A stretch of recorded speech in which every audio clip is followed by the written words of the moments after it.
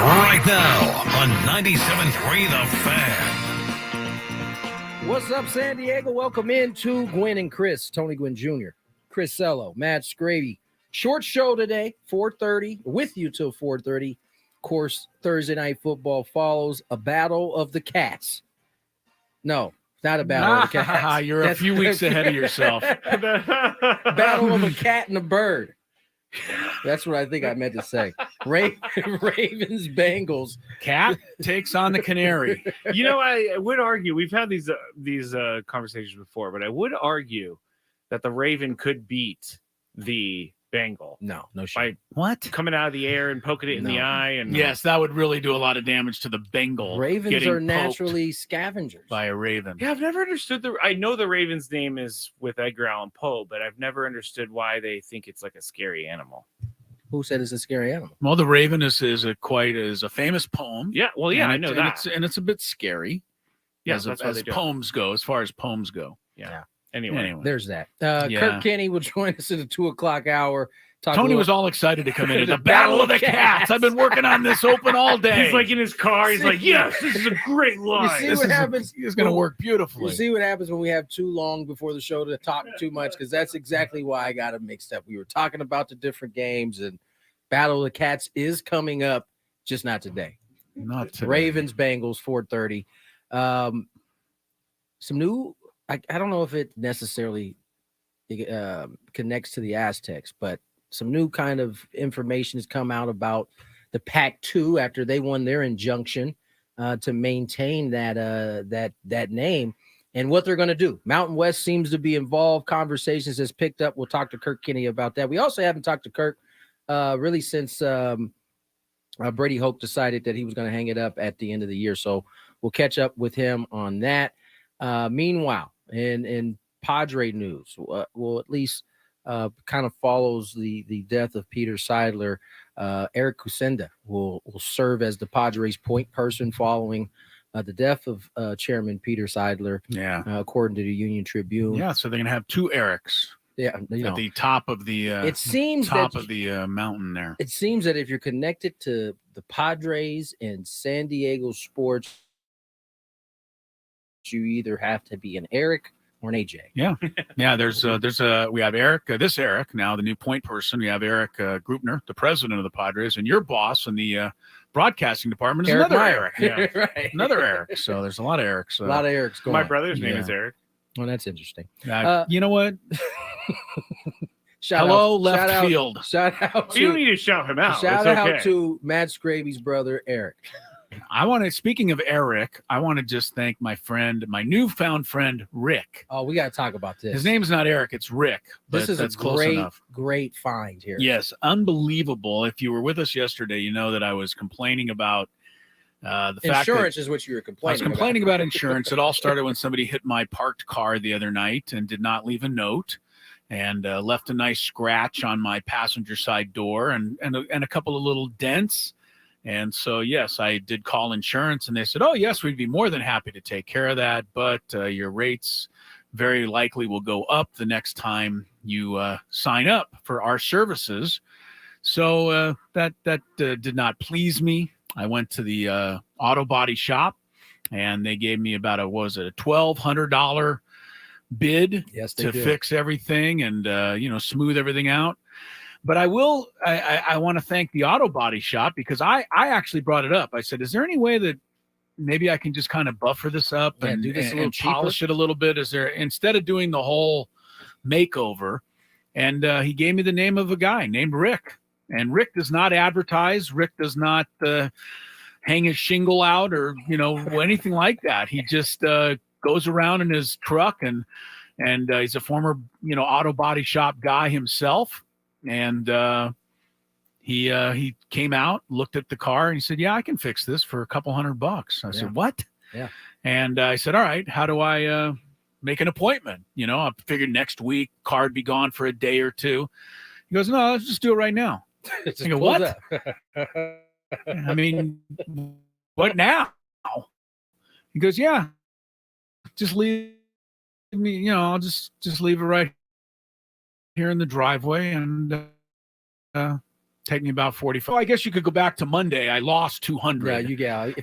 Because I wouldn't have had to use his services. But I want to just thank Rick. And I told him that I can't, I don't believe we have this thing called, what is the Plugola. Plugola. Yeah, payola. You're not really, you have to sign something that says you're not going to, and I didn't. I paid him the full amount. Right. So he's not getting any extra special attention, but I can't necessarily advertise him for you on the radio.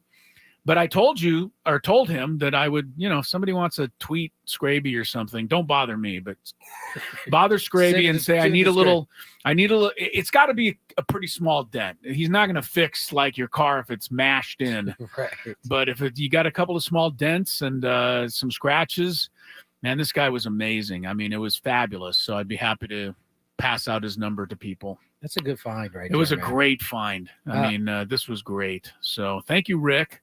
And, I tried to chat Rick up a little bit, and he's from Minnesota, Minneapolis guy. So are you a Viking fan? He goes, no, I hate sports.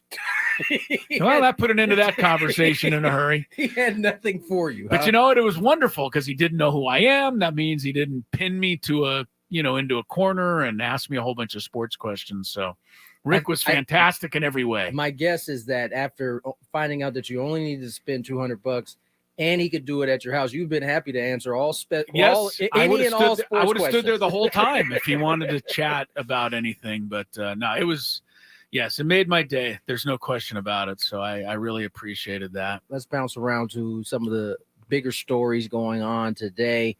UM's Jim. Yeah, all right. Jim Harbaugh. I always get Jim and John mixed up. John's the calm one. John's coaching tonight. He's coaching what I thought was a cat today, but it's actually a bird. By the way, the chat is like all about this Raven beating the Bengals. So thank you, chat. Yeah, I'm sure. Is it going your way? Yes. Well, someone said that they were very. They're like, this is how it's going to start. Raven taking on a Bengal chat, and I said, "Yeah, this is how the show starts, man." You get it. You get any and all things on Gwynn and Chris. But Jim Harbaugh today accepted the ban. It sounds like the Big Ten and the University of Michigan have come to some type of agreement. The agreement, I think, really is really around the fact that the NCAA and the Big Ten, will close their investigation. There will be no hearing coming up tomorrow as it was scheduled, and Jim Harbaugh will serve his 3-game suspension. That tells me that Jim Harbaugh is just happy to get this over with, and hopefully there will be, as far as he's concerned, I don't think he wants any more investigation. He doesn't want them to uncover any more stuff. I don't want him pulling on a thread and it just turning into everything. I think he's happy with just accepting this and trying to make it sound like he's not admitting any guilt. But he is accepting a 3-game suspension, which to me is a bit of an admission of guilt of some kind. I know Skraby was trying to give me the what was the term you gave us, Skraby? It's an Alfred plea. Alfred plea. Yeah, whatever that is. So it's where you yourself are maintaining your innocence, but you acknowledge that the state circumstantial evidence will convict you. They have enough to say, yes, you did this, but you're saying, I actually didn't do it. It's a weird thing. I have never been in this type of a situation, where I've been blamed for a crime that I did not commit. But it just seems to me that if you were really on the hook, like 6-7 years in jail for something that you absolutely did not do, and somebody came up and said, well, if you just admit to it, we can get you down to a year. It just seems to me my response to that would be, no! Yeah, there's no way am I taking a year in jail, What about the 7 when they convict you? Have you been in jail before? I've been in jail, yes. for a night, yes. Well, for a night. Chris, I'm assuming you haven't. I have for a night. You have for a night. Couple of times. Well, maybe have you? You guys can speak. I know. I've never been in I'm a jail. telling you, a year would be an awful long time. Well, so 7 years would be even worse. I understand that, but I mean, I would be kicking and screaming and yelling from the top of a mountain to anybody who would listen and say, I don't care what the evidence might show. I did not do this. There's no way I'm going to, accept a plea agreement. I think there are certain things that you have to stand on, and you gotta go the route that you're talking, which is like under no circumstances am I admitting it. Yeah. But this isn't one of them. If it is you picked some signs or you went too far in stealing signs, right? I think Just take your 3-game suspension? You take your 3, because ultimately what you don't want is for this to be a thing where your university now may not be, worst case scenario, they don't allow you to play in a playoff game, which That's team, true. He could come back and coach a playoff game if they get that far. The thing to me is, now this is two suspensions this year. Yes, right. That Jim Harbaugh has begrudgingly accepted. He basically didn't admit to any wrongdoing on the recruiting, but it went ahead and accepted a suspension there for the first 4 games. And now he didn't do anything wrong here, didn't know anything that was going on, and he's accepting a suspension for 3 games. So Michigan has played, when it's all over, 12 games. Jim Harbaugh will have been suspended for 7 of those. Yeah. That's not a good look. Not a good look at all. You would have to think that because of these infractions, University of Michigan is going to be watched pretty tightly moving forward. Well, they ought to be watching Jim Harbaugh more closely, it seems to me. This is embarrassing your university. Sorry, but it is. I honestly don't think, and I know the chat is against me. I know you guys are against me. I know people listening are against me.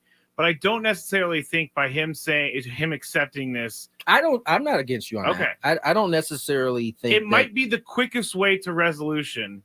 And so, because this has been going on for months, the quickest way is for people to stop talking about it and to stop digging, because I think he's concerned what they'll come up with if they keep digging and they keep doing investigations and meetings and more, pouring over more documents. But maybe he just wants to do it so that his team can move forward. Here's the thing, though: how much more investigating can they do? They've done a lot of investigating. It's not like they just started yesterday or the day before. They've talked. But would he have accepted a 3-game suspension if they just didn't have anything on him at all? Well, no, then totally the not there. Yeah. Well, all right. So he obviously feels like they've either got something or they're about to get something. The university may have something, but they can't prove that he knew it. It's not the university, it's the Big Ten. Oh, okay, yes, but just saying. The other part is you also have to look at it from the other side. If the Big Ten is willing to offer this quote unquote plea deal, they clearly know there's holes in their investigation as well, right? Good point, Tony. Otherwise, it's a very good point, Tony, but it doesn't change my feeling. Jim Harbaugh should be fired from the University of Michigan, as should any coach in major college football or major college sports that is in a situation where they have to accept a suspension twice in the same year. That tells me you didn't learn the first time. You were doing something wrong. You admitted to it. You took a suspension. Then you probably did something wrong again in the wake of that suspension. That, to me, is enough to move on from this guy. I also was talking to a friend, and we stumbled across this, but Northwestern, before the year, got in trouble for hazing. Right. More people care about this sign stealing than they do about hazing. I don't think that's true. It's a witch hunt with the sign hazing. I don't think it's true. I don't think it's true at all. We had a hazing incident here in San Diego. And we're not really talking about it. And you and I have talked at length about it. We only can talk about that one out here so much because there's only so much information. USD kind of holds the cards. Yes, they kept everything under wraps. So their athletic director did have to step down, although he said he retired. So this is the thing to do now, right? I don't think the hazing thing was slid by. The Northwestern coach lost his job. He's not still there. Okay. After that incident. Okay. All right. So I feel like in the court of public opinion, this is more of a hot topic. I just think you're just in it right now because when the Northwestern thing happened, it was a huge deal. Like we talked about it, and we talked about it at length. This one, to me, this doesn't even rise. I don't know that it rises to the same level. I think to Chris's point, though, which I think has got his ire up, is the fact that this is the second time. Like you had the recruiting issue to begin the season. Right. Now you're having the sign stealing issue that, whether it's a big deal or not, clearly the Big Ten thinks is a big deal, and the NCAA. They both have Here's the thing: the NCAA investigation still goes, and it also shows you how little people fear the NCAA. He's like, that's all right. I'll take this plea deal. Whatever happens with this, it's probably not coming for another couple years anyway. So by that time, I may even have a new job. Who knows? Yeah. But under the Harbaugh situation, I mean, the recruiting incident was the old where there's smoke, there's fire. Well, now with another incident piled on top of it, it's where there's fire, there's fire. Because he's beyond smoke now. I mean, I don't know how long Harbaugh can stick this out, but maybe he can get through a season. As long as he's going, 10-1 every year. Carry him off the field at the end of the national championship right now, game. I'm not going to feel too good about that. Yeah, he's undefeated. That's he's crazy. undefeated. I mean, college football's headed for a crazy finish this year because you've got 5 major undefeated teams and room for only 4 of them in the playoff. The committee. Guess who's going to get left out? Washington. Sorry, Pac-12. soon to be. Yeah. Where are they going? Big East, Big Ten.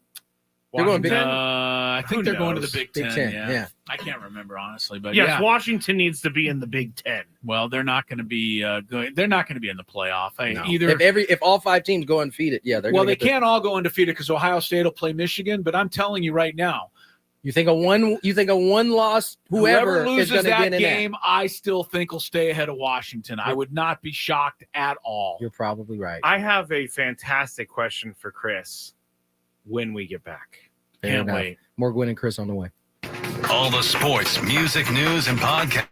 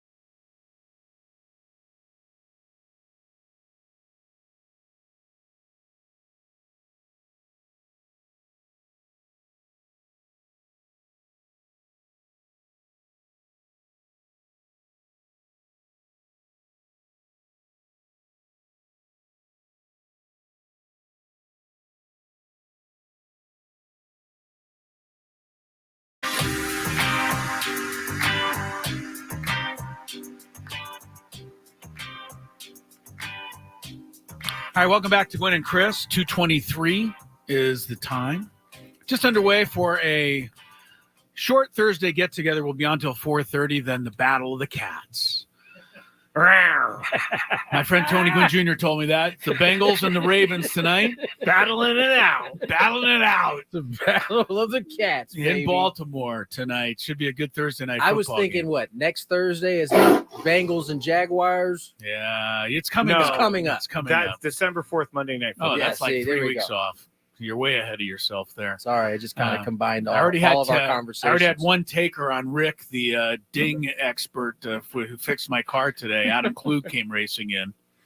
So, again, it was a brilliant, brilliant day for me to get the car taken care of. I have a question for you. Oh, real yes, quick. you had a question for me about So, Harbaugh, I Yes, believe. it came through the chat. Okay, And it was a fantastic question because you're sitting here saying that he needs to be fired. right. So, in a perfect world, Jim Harbaugh is being offered the job as the San Diego State head coach. Okay. Are you going to endorse him for the job? I'm going to endorse Jim Harbaugh. Are you going to be excited for Jim Harbaugh to be the You're head coach of the basically team? asking me, am I going to make a deal with the devil to try to get the Aztecs turned around? Yes.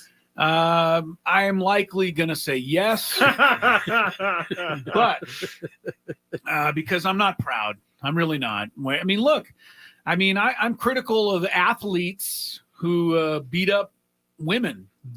Most of us are. I mean, I'm not alone there, and get into difficulty in those areas. But I root for Tyreek Hill every Sunday. All right. You know, I mean, that's just That is- kind of what that we is- got to do. You that got to is- root for your team, even under difficult circumstances. But I remember a similar situation. If Harbaugh were to come, be, leave Michigan or get fired and be a candidate back out here in San Diego. But I remember when Tarkanian left UNLV under all of the cloud of all of the things that he supposedly did or didn't do, and all of the the illegalities surrounding that UNLV basketball program. And I remember Fresno State's basketball program was down in the dumps, and they made a deal. And I remember San Diego State was in the same situation as Fresno State. And we were sitting there on the radio going, maybe the Aztecs ought to just go for Tarkanian. He'll get them turned around.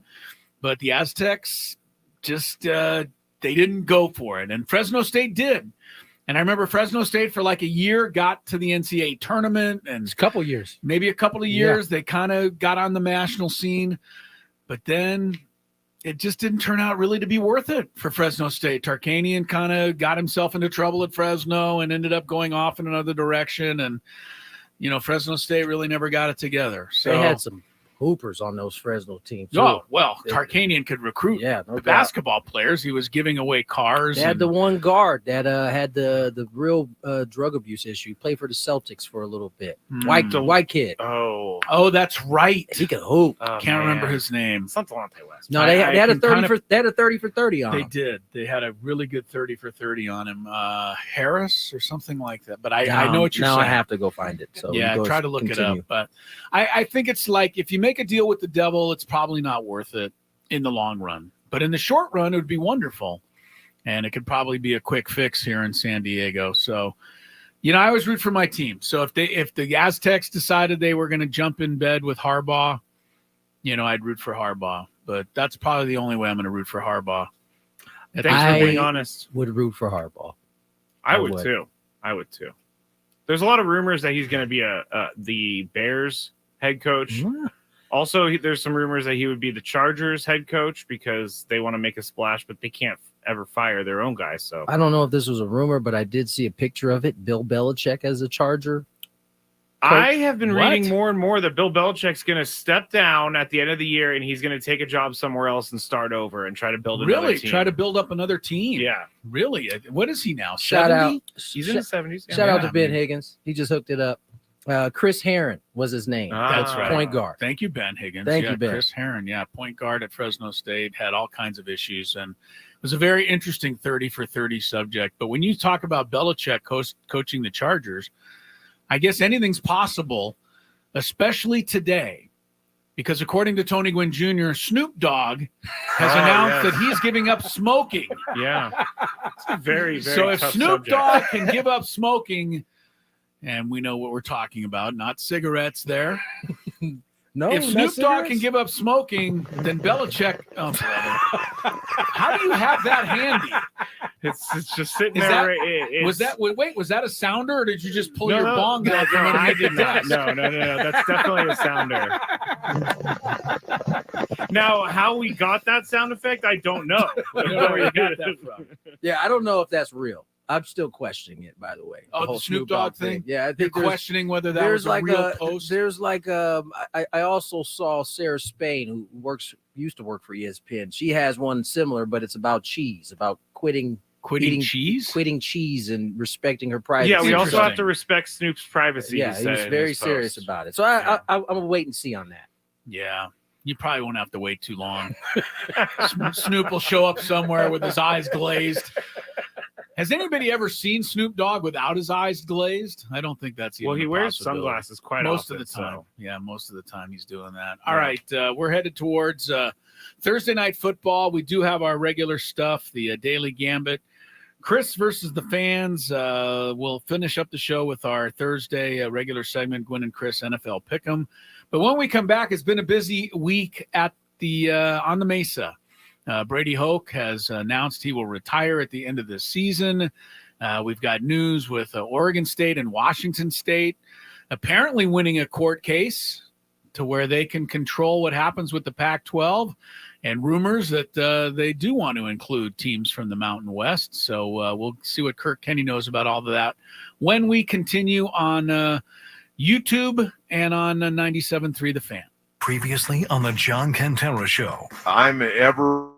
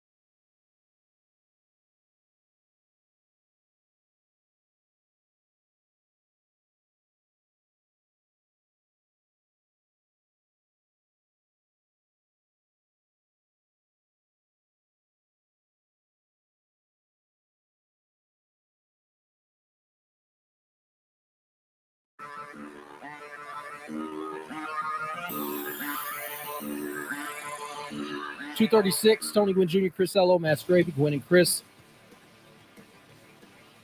The Oakland Athletics are officially headed to Las Vegas. Amen. Logo. Yeah, You know what? exactly. That's deserving of that sounder, honestly. Yeah. I mean, it's a crazy similar sounder, feels. but yeah, it's about how it feels. Yeah, no, it was approved unanimously by the owners. I'm surprised. Yeah, no one. Unanimous, Yeah. right? Somebody didn't say, you know what, this just isn't right. No. I mean, is it just too much money in the owners' pockets for them to Well, they get veto it? I think they get some type of fee Some to sort move, of fee, right? yeah. So I mean, I don't know. Apparently, the mayor's letter to Dick Monfort did not change any minds. No, it did the not. Oakland mayor sent out the letter Now, begging listen, everybody. It's official now. Their stadium won't be built for quite some time. I think it's 2026. It's not being started until Right. then? Well, no, it won't be finished till then. So they'll have to play games. Their lease in the Coliseum is up after this next season, 2024. They'll have to play 2025 in the AAA park In Vegas? in Vegas. Are they playing 2024 in Oakland? They are playing Okay, 2024 that's awkward. in Oakland. Yeah. Well, what the crowds can't get any less. I know. Can you actually have a game with no one in the fans. audience? That would be crazy. That If a tree falls outside in of- the forest. Outside of COVID. Yeah. So actually, it won't be. It's from 2025 to 2027. They have to find a place to play. Those 2020, those 3 seasons after 2024, they don't have a home. Their stadium will not be finished at that point. 2028 is when it's scheduled to be done. 2028. Yes. 7 years from Who's now. working on this? The people that are building our airport up here in San Don't Diego? get Chris started about the airport. God. Yeah. Yes, welcome to our airport. We will have it all fixed for you before you die. Maybe. No, they're just going to continue construction Forever. indefinitely. Yeah, it's just in whatever. perpetuity. That's what I meant. Yeah. I won't try that phrase again. But in all honesty, I talked to a friend this morning who's an A's fan, and he knew it was coming, but they were just hoping some miracle would come down. And it didn't. According to the I think it's the new mayor in Oakland, he says they have the funds for a new stadium. They have the means to build one. It's just John Fisher wants John to go to doesn't Vegas. seem to want to be there any He longer. doesn't want And to. so, as I said, it's not really clear after the 2024 season, which the Coliseum will be their home, where they're going to play at. Possibilities include the AAA stadium in Sacramento. Others, people briefed on the conversation said, but that matter wasn't decided Thursday, nor is a decision said to be close. Now, they don't have to have a decision soon, but They could go play their games at on the campus of UNLV. I think it holds about 500 people. That's a normal A's or crowd. you can start getting used to the Vegas fan base at that Yeah, point. They yeah, give them a just little let- taste. Yeah, get the first 500 fans can come in and watch the game. All right, let's get to the phone lines. Kirk Kenny talking a little Aztec football. Kirk, how are you, my man? I'm doing well, guys. I'm over in this place called Poway getting some new tires for my car. So You know, I've got Poway, I've heard of it. Those folks will treat you right down there, so you're in good hands. Just mention Tony's name. They'll probably slash the price.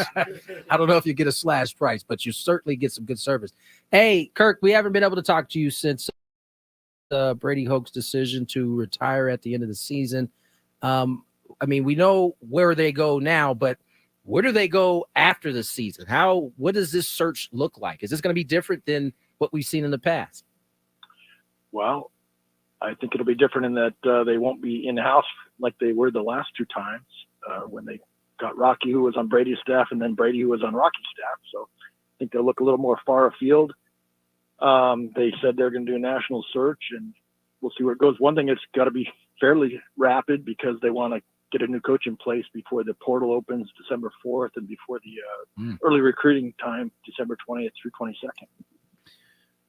Kirk, Brady Hoke announced his retirement, but there's a lot of us who look at that and wonder, did he really retire 100% on his own? I don't know that we 100% know either way, but is it very possible that this was a mutual understanding that was reached between the school and Brady Hoke, or was this something where he came in and surprised everybody? I think it was more mutual than that he wanted to go right at this time. he had 3 more years on his contract, and Yeah. from all that I have discovered, I think he was more encouraged than volunteered. Kirk, you talked about getting outside of the university or outside of the staff that is currently there. Are there any names surfacing yet that the Aztecs may be interested in?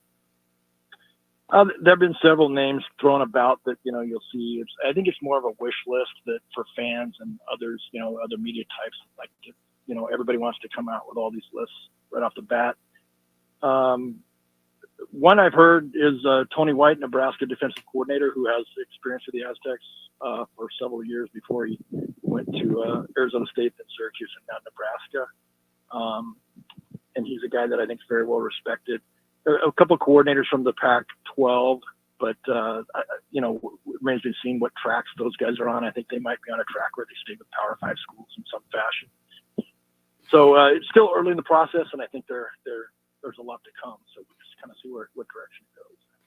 Kirk Kenny's with us, weekly visit, talking a little Aztec football here. The Aztecs play San Jose State Saturday night. Brady Hoke will continue to be the coach on the sidelines for the final 2 games as the Aztecs search for a new head coach. And, every time you make a hire, people, well, this is really important.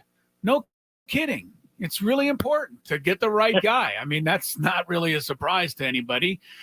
I just think, Kirk, based on the buzz surrounding Aztec football, which is not the kind of buzz level I think they would like, don't they need to try to find somebody that can open some eyes?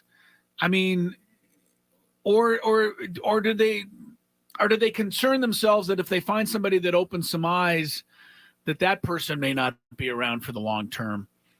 It just seems like they need to create a little buzz with this hire. Do you agree with that? Next year we're going to hear it's the most important election of our time. Yeah, right. Yeah. So this is the most important hire of our time. Yeah. I think it's a lot more. Everybody wants to, of course, the offense has been down for several years, so everybody's focused on it's got to be an offensive mind, this and that. Yeah. And this. You know what? I'm more thinking, who's the best fit? Who's the best man for the job? Because let's say you get a guy who has more of a defensive background. Well, he can still bring in a really good offensive coordinator, right? And to me, that's the more important thing. And like you said, you know what? If they get a guy that comes in and really knocks the socks off everybody, you're right. Somebody's going to try and poach him. So I think they find somebody who's the right fit and might be more inclined to stick around. But again, I think it doesn't have to be necessarily a guy on the offensive side of the ball. And J.D. Wicker even said that. He's not married to either side. It's just looking for the best guy.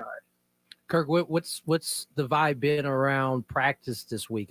Obviously the news comes down Monday. What has it been like around the facility? It looked Monday and Tuesday were open to the media, so I was there, and it looked very much like it does any other day or week. Behind the scenes a little bit, I think the coaching staff is probably a little more shocked than the players, because a lot of the players will still be back next year, whereas the coaches have to wonder what their future holds. Right. So I think that's maybe the biggest sense around there. Kirk Kenny is with us. Does somebody that takes this job, along with being a really good football coach, Kirk, need to be a bit of a good salesman too?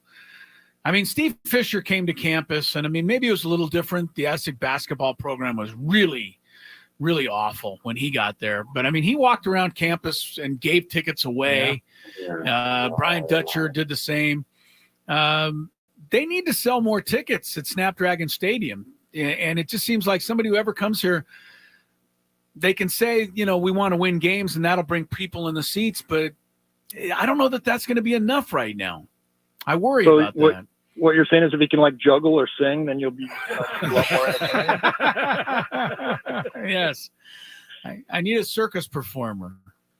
I think personality is always good, but I think, for a lot of fans, it's going to be results on the field.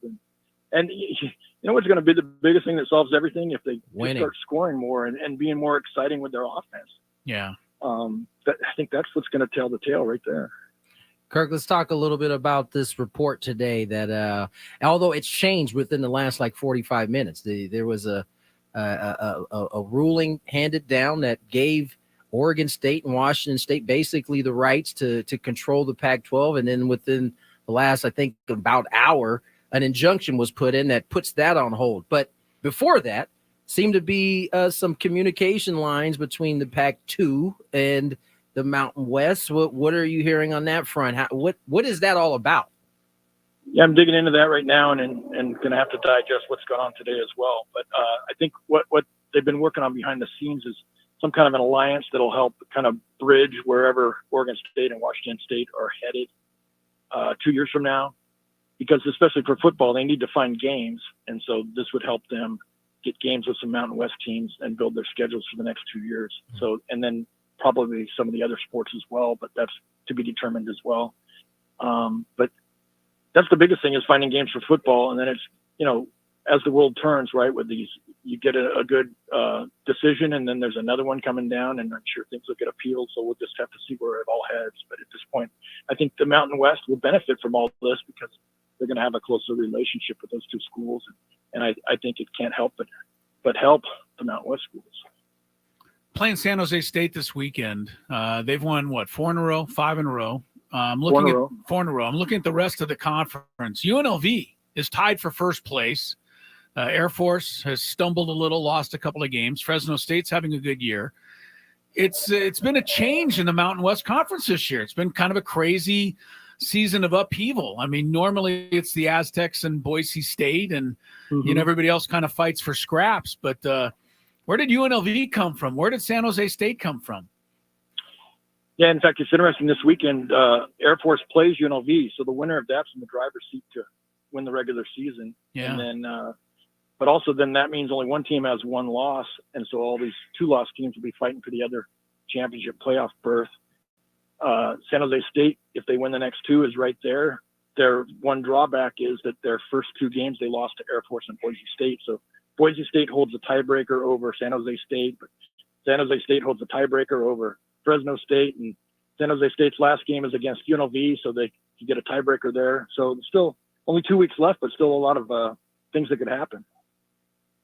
It's unfortunate the Aztecs aren't a part of it this year, but one last thing, Kirk, what do you think happened, if anything, with Brady Hoke that, you know, that turned the needle down a little bit? I mean, there's been nothing but a successful run for, 14 years between Brady Hoke and Rocky Long. I mean, was there anything that just didn't work? I mean, or is it just a bad season and Brady Hoke's paying the price for it? I think if he stuck around for a couple more years, we'd maybe get a better answer to that. But for right now, one thing I could say is the last 4 years since he returned, you start with COVID. So there's a couple of years. Yeah. They have a 12-win season, but at the same time on the horizon, and now here is all the NIL stuff. And so I think that's impacted recruiting. And who's to say how the recruiting picture is going to look in the next couple of years? So I think there were a lot of things beyond his control that prevented him from having more success. And making it look like the program's still headed in the right direction. And then you combine that with the stadium opening and what we talked about the offense. And I think, the powers that be decided maybe they need a breath of fresh air. Yeah. Sounds like a bad storm kind of all came at once there for Coach Hoke. Kirk, as always, man, appreciate you checking in and coming on and chatting with us. Thanks, Kirk. Oh, I enjoyed it. Kirk Kenny. We know you did. He sounded like he enjoyed it, didn't he? Right. He was ecstatic. I didn't know if he was sick or whatnot, but he was a very low energy. Very reserved today. He's in the tire waiting room, and so he might be. No, I think he was standing outside. He's in Poway. He's trying to be respectful to the citizens of Poway. All right, Kurt, you get a pass. Very nice of you. You get a pass. Brady Hoke's going to go out the door, and as we've said a couple of times here in the last few weeks, Tony, I mean, a lot of people are going to, open the door for him and push him out and be happy that he's leaving and think that, everything's going to be wonderful at San Diego State in his absence. And I got to know him very well because I was doing the broadcasting and I was doing the pre and post game show. I was doing his coach's show when he first came to campus. And, he just was nothing but terrific to me. So I'm going to be terrific to him. I think that we owe him a debt of gratitude in San Diego more than anything else. And, if it wasn't for him, who knows if the Aztecs ever would have gotten this thing turned around. and going to a bowl for as many straight years and all the great seasons that they had with him and Rocky Long. It's been a pleasure to watch San Diego State football for a decade and a half, and I think Brady Hoke has a lot to do with it. So I think a lot of people are going to forget that on his way out the door, but I'm not. Yeah, no, you shouldn't. I mean, if you've been connected to this university as long as we have, I don't think you will forget the contributions Brady Hoke has had to the Aztecs in this university. We need to get back into that Oakland thing. I don't know if we have enough time, but there's a lot of pieces that are still need to fall into place for. I know this unanimous approval came from the owners. That's just the Major League Baseball side. But as you would expect, when there's public funding involved, there's going to be a political pushback. And just going through this Athletic article that kind of highlights some of it, there's some pieces that still need to fall into place for Oakland in Las Vegas. Yeah, in order for Las Vegas to become the A's new home. I remember last year when I was there for the Mountain West Conference tournament, talking to some of the columnists, and a lot of them were like really excited that the A's were coming, and a lot of them were not all excited that the A's were coming because they didn't want to deal with this owner. They didn't want to. They were hoping that they would just as soon rather have a new franchise come to Las Vegas and start kind of clean. I don't know that Las Vegas is going to be ready for. His name John Fisher. Yeah, and this guy's a piece of work. He's not going to just change overnight and be a tremendous guy. And no, I think he's going to all of a sudden start spending, multi-millions of dollars on contract. This guy hasn't, picked up a free agent in the last decade. Here's the other issue, right? According to the Athletic article, Las Vegas would be baseball's smallest media market. Okay. Prior to the owners' meeting, MLB put together a report reviewing the economics around the move. And a person briefed on the report, who was not authorized to speak publicly this week, called the viability of Las Vegas iffy, in large part because success for the A's would be highly dependent on tourists visiting. And this has been Jesse Agler was the one that originally brought this point up when I was, kind of excited to see what it would look like. But unlike football, it works differently, right? You play one game a week in football. You can plan a trip on the weekend to go to Vegas and make it a weekend. It's going to be much harder to do that in baseball. For baseball. It's 80, you're playing 81 games at home. It's, you got a whole bunch of weekdays in there. Just think about and Petco Park is one of the higher attended places to go watch a baseball game. But it's a significantly different Monday, Tuesday, Wednesday than it is Friday, Saturday, Sunday. And they still draw 35, 36 on a Monday, Tuesday, Wednesday here. That stadium that they're building in Oakland is going to be about 33,000 seats on a Monday and Tuesday, Wednesday. Yeah. There's not going to be any tourists there coming there in the week for the most part. And so what kind of viability does it have? This is an owner who already is crying poor in Oakland. That's what I mean. He's going to put a lousy product out there. Is he? Yeah, because he's going to have to spend in order to, and the revenue, we just went over it. It will be the smallest market in all of baseball. Right. On the stream, we have someone that said they'll go to the Padres to see the Padres in Las Vegas. I think that would be fun to drive out there. Yeah, although they also point but out. That's what you're dependent on But how many years are the Padres? The Padres are going to play in Oakland every 2 years. Well, now they play every year. Don't forget. No, they don't. There's going to be There's going to be a realignment when these teams come in. And so that division may not have anything to do with the Padres. But right now, the Padres are in the National League. A's are in the American League. So you only play American League teams once a year, but and it's every other year that you play in that team's park. So the Padres will go to Oakland or Las Vegas every 2 years. Dodgers will go to Las Vegas every 2 years. Is he struggling with this? No, I get it now. There was a mental block Padres there. went to Yankees. Yeah, because I was like, I could have sworn that they're all playing each other. And then, yes, now it makes sense. All right, let's get to break. But the weather in summer, I know it's going to be indoors. It better be indoors. But still, woo. I swear. No, I ain't going to say that. Okay. Is it all right? Daily Gambit? Tony's still not saying anything. We'll have an update on the Daily Gambit when we get back on 97.3 The Fan.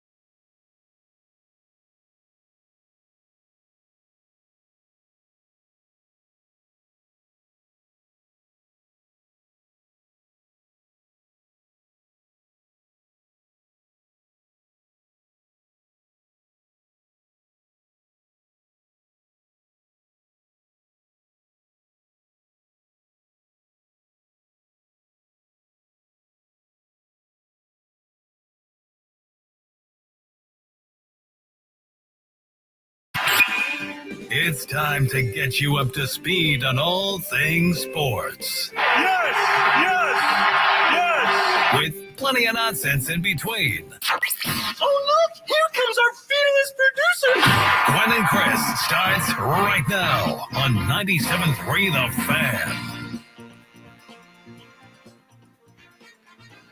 Kicking off the 3 o'clock hour on Gwynn and Chris. It is Chris Ello. It is Tony Gwynn Jr. It is Mr. Skraby. We are all together here in the Odyssey Palace Studios in San Diego, California. You can enjoy the program on 97.3 The Fan. You can also watch the proceedings, stream it on YouTube, and just search for 97.3 The Fan. You can watch us work. Today we will be doing that until 4:30. And then it's the beginning of week 11 of the National Football League. Pretty good weekend of games, beginning with tonight's matchup between the Bengals and the Ravens. Battle of the Cats, baby. Yeah, we're at the Battle of the Cats. I'm sure that's how Prime Video will come on the air tonight. Battle of the Cats. And Al Michaels will go, what the hell is this? Bengals 5-4. Ravens 7-3. So to me, come on, Ravens. More important game for the Bengals. They need to keep touch. Ravens won the first meeting in Cincinnati, so we'll see. We'll see if the Bengals can bounce back. By the way, the Ravens are in the midst of a very strange part of their schedule, which is beneficial to them. I don't know if you've seen this. Got guys. some off days there? No off days. No, not off days. Home games. Oh, yeah, I've heard this. This is their 5th home game in the last 6, and their 3rd week in a row at home. That doesn't happen very often in the NFL. Wouldn't you rather have that late in the season? Because that probably means that there's some road games. Would one of them be be a London game at home? One of them the was first one was a London game. And were they the home team? I don't know. They might have been the visitors, but it says versus Titans, so that confused me. All right, so let's leave that one out. They were home with the Lions. They were at Arizona, and then home with Seattle, Cleveland, and Cincinnati, back to back to back. Very few teams ever get 3 straight home games. I think that the NFL is trying to do that more often now. Doesn't happen often. Look around the rest of the league and see how many teams get 3 straight home games. Dolphins have one. I wonder the ones that do are the teams that are going overseas. Well, the Dolphins are, they do. They go overseas, but they have week 14, 15, and 16 at home. Yes, they do. How about that? So maybe it has something to do with going overseas because you're coming back, probably get some extra time at home. I mean, it makes some sense. I'll go to the Chargers because I don't think that they went overseas. No, they didn't because the last game was. Let me see. I know just from a baseball standpoint, Padres are going to Korea this year. There are more built-in off days. They got a bunch of off days as a result of that. Yeah. Yeah, the Chargers don't have 3 in a row, but they do have 2 in a row with a bye week in the middle. I was just thinking because I know the Ravens played the Lions at home. I know they beat the Seahawks at home, and I know last week they were home, and now this week they're home. And I'm thinking, man, it's a lot of home game. You're getting a lot of home cooking. So we'll see how it turns out tonight. Should be a good game. This week, by the way, climaxes Monday night with a Super Bowl rematch between the Chiefs and Eagles. So the Kelseys will go head to head. No word on Taylor Swift's attendance or not. I need to have a talk with my boy. I need to have a talk with my boy, Travis Kelce. Why? Because he's going to Argentina now in the bye weeks. Where's his production? When she's at the game. Hey, you better keep not in Argentina. You better ask Taylor to keep showing up. Then I'm begging her to show up from now on because statistically he has been far superior when she's there. You can't argue. Doubt. That you can't argue. On the other side, brother Jason Kelce, who plays with the Eagles, was a finalist. Did you see this for People Magazine's Sexiest Man Alive? I think he is. I think he won. Oh, did he win it? I think he is the sexiest. Won it? No, I don't think he won. I think he is the sexiest man alive. No, I'm looking. Look that up. I don't think he won. Don't check my Google searches for sexiest man alive. He's featured. He's featured in the. So he's a finalist. He's not the. Because Pedro Pascal. He's an actor who's in the show on HBO, Last of Us. He's done a lot of stuff recently. I was about to say, I know I saw a cover with Jason Kelce on it. It said Sexiest Man Alive. Oh, and Patrick Dempsey, the guy from Grey's Anatomy. He's going to lose to him then. He's Patrick- still in the Pat- running. Patrick Dempsey's Dempsey, like man. 80 years old. I don't know about know? 80, They- but he's not the spring chicken he once was. No. And Timothy Chalamet is All the right, other we're guy. spending far too much time on the category sexiest man alive. Hey, you brought it up. I brought it up, but that's all I wanted to do was bring it up and then move right on. Also, in this hour, we will find out officially who the winners of the American League and National League MVP trophies are. It is expected to be Shohei Ohtani and Ronald Acuna Jr., but we will know for sure. The Major League Baseball will make the announcement here soon, and once they do, we will pass that along to you. Otherwise, Skraby, I think we've caught up, so let's get into today's Daily Gambit. Do you like money? I think about money a lot. Do you like money without doing anything? Winning. Do you want to make money while watching sports? I think Washington is immortal luck. Washington! Woohoo! If you answered yes, this is your segment. Just don't blame us when you lose. Nothing is ever your fault. It's your game. Take it. Gwen and Chris go through the top bets of the day in the Daily Gambit on 97.3 The Fan. Daily Gambit is our daily sports betting segment here on Gwynn and Chris. Please, everybody, gamble responsibly. I'm sorry, but Shohei Ohtani looks so uncomfortable on TV right now. It's a big dude, man. He is big, but he's very uncomfortable. He's got a dog on his lap, too, which is not cooperating with him. Anyway, I have an update on the sexiest man alive for 2023. The award has been given out. Jason Kelsey did not win. Patrick I Dempsey told you did he's going win. to lose to Patrick Dempsey, man. He Patrick said Dempsey won it like in 1980. The dude. he's 57, Chris. He's younger than you. He said, I peaked. Seems like he's older than everybody. The quote in the headline is, I peaked many years ago, is what he So said. He's on the same A little wavelength. humble so brag, though. he's thinking along my lines there. A little humble brag, though, because he's saying he peaked years ago, but he's winning the sexiest man alive this year. Yes, Or maybe according it's just being, humble.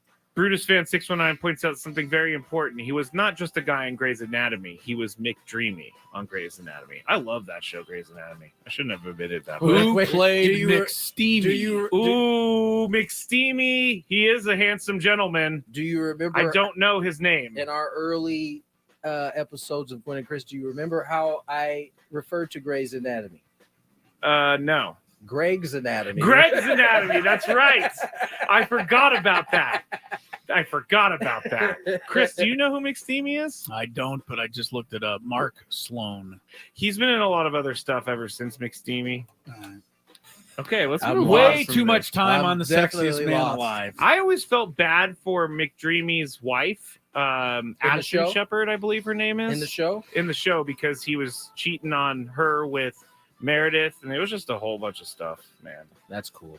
That's cool. All right, back to sports in the Daily Gambit. We made some bets last night, and here we go. Kings and the Lakers.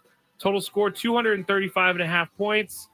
We all went over in this one. The game was won by the Kings. They won 125-110 for a total of 235. So we all lost by a half a point here. Another half point. That's happened quite often recently. It has. A lot of these You're right. bets. Now, Cam Reddish over under 9.5.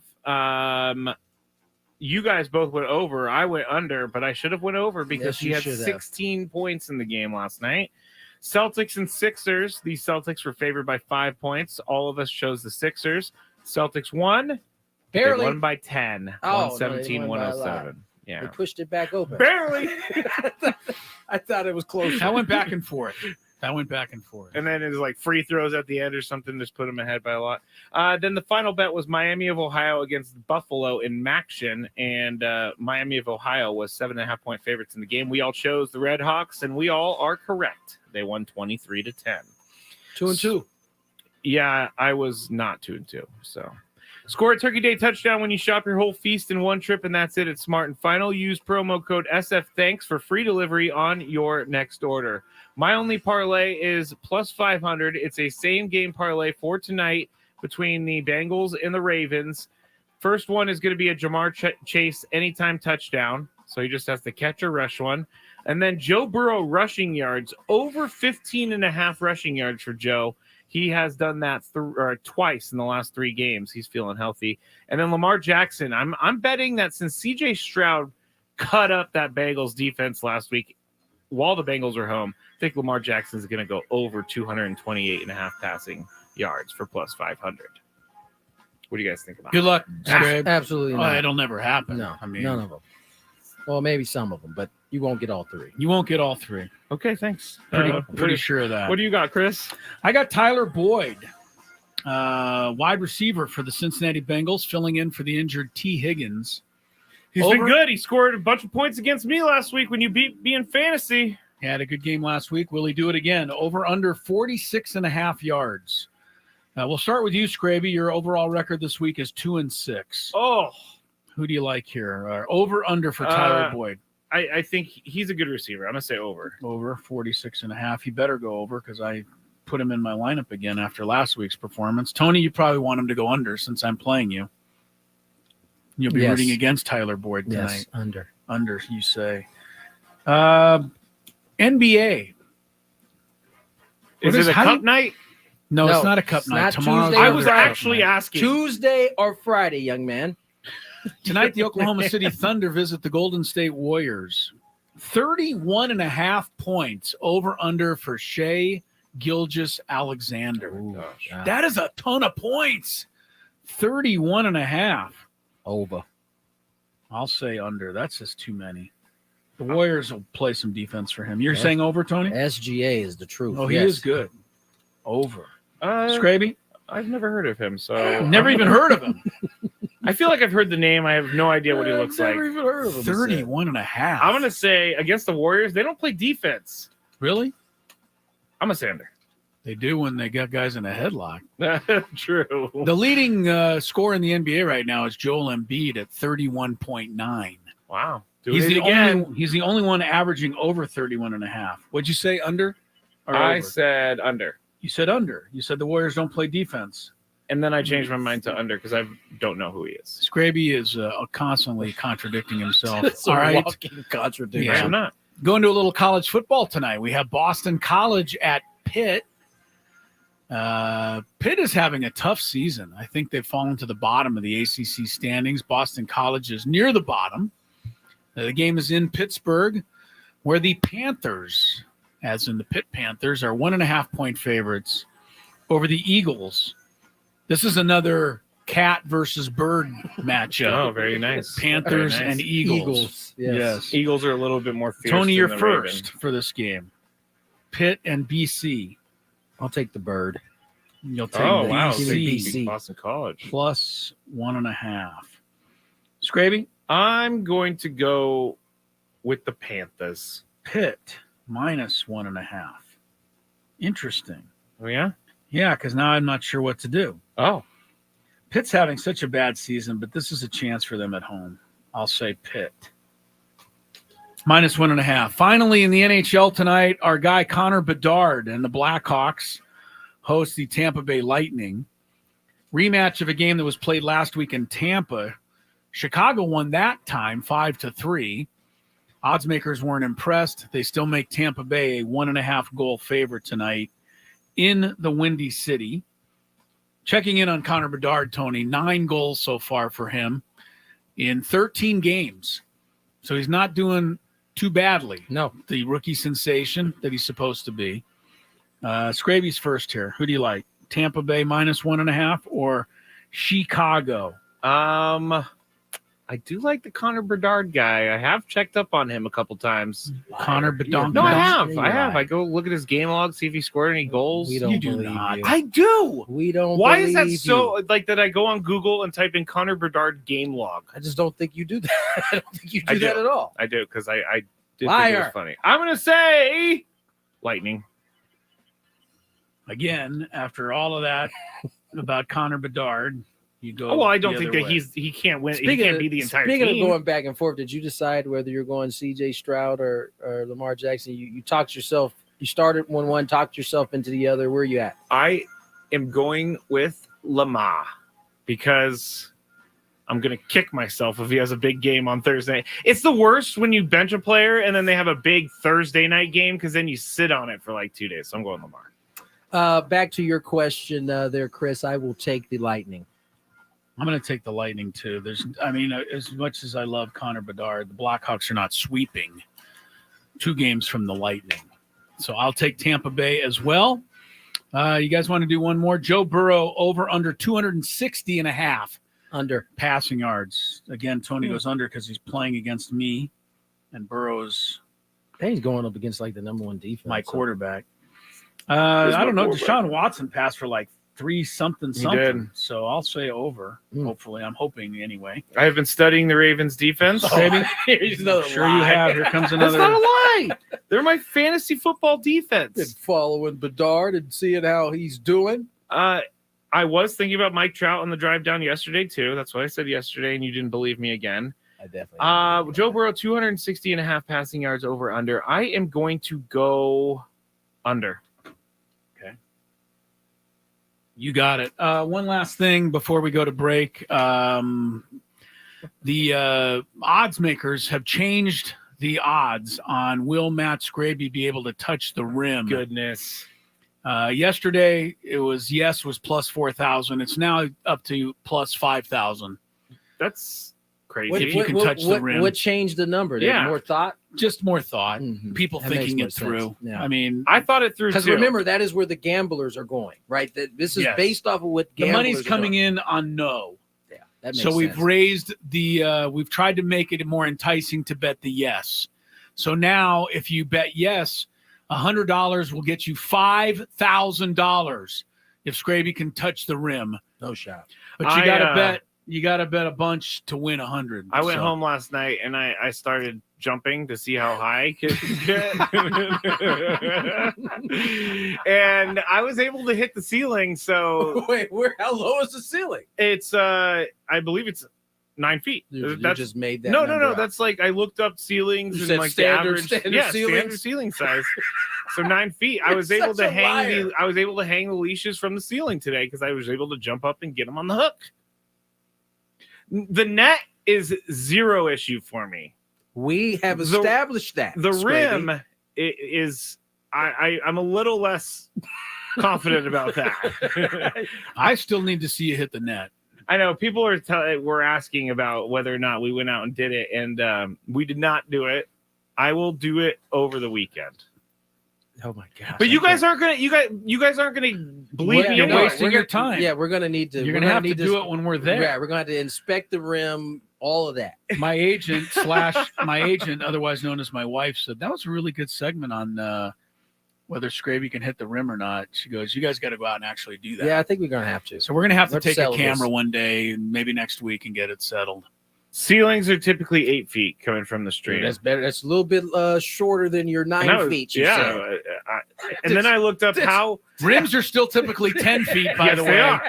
Yes, In they case you're are. wondering. But I started looking up how low does a NBA net go, and it's anywhere between, well, they say anywhere between 24 and 36 inches. So A 3-foot net?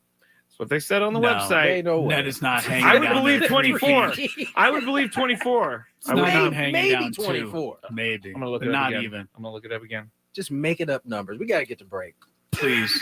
Quickly. Net length.